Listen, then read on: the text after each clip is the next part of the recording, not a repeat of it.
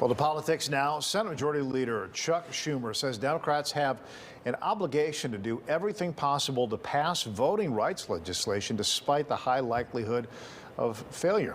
Two Democratic holdouts are preventing the Senate from changing the rules to break a Republican filibuster.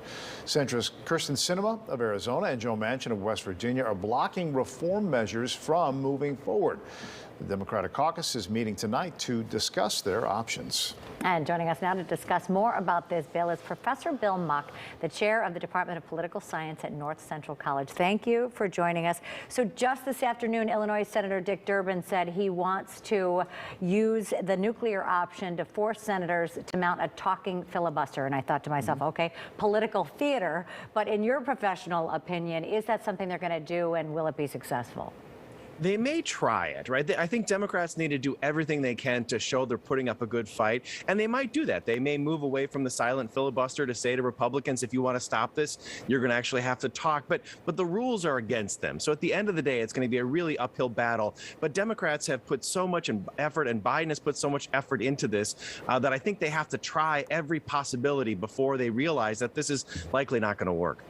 Bill, when Congress had to raise the debt limit, both Sinema and Manchin both agreed to suspend the rules here, but they are not willing to do that when it comes to the voting rights legislation they're going to be voting on. Why is that?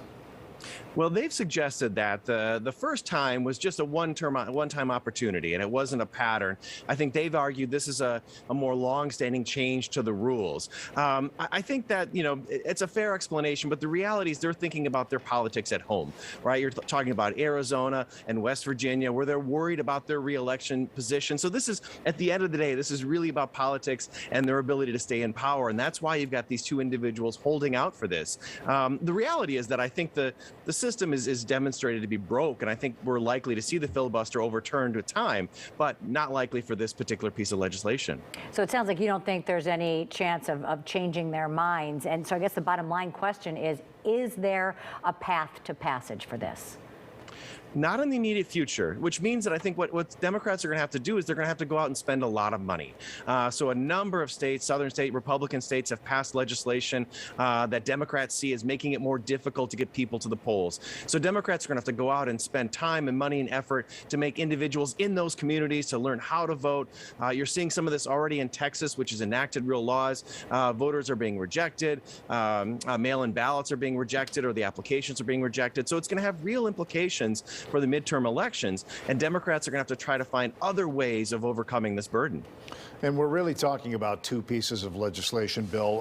One to protect the voting by mail and access to polling locations. The other is counting votes and the role that the federal government would have in that say here. Can you talk about the difference and, whether either one of them has its own right to passage beyond the other? It's a great question. So, so the John Lewis Voting Rights Act is really dealing with the Supreme Court case in 2013 that overturned the Voting Rights Act, or key elements of the Voting Rights Act. And that would, again, bring in the Justice Department to oversee states who are making major changes to their voting legislation. The Freedom to Vote Act is exactly as you said, dealing more with, how early can you go vote? Is there, 2 weeks of early voting? Are there drop boxes? Can you do voting by mail, right? So it's more those day-to-day logistical items of voting. And Republicans have shown an opposition to both of them, right? So they're concerned about that in terms of what they argue is voter fraud. So you've got both sides of the country are very worried about the democracy and the state of the democracy.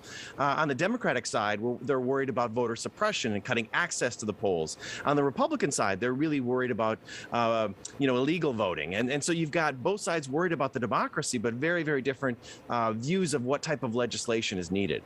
I'm sure we'll be hearing much more on this in the coming days. Professor Bill Muck, thank you so much. Good to be here.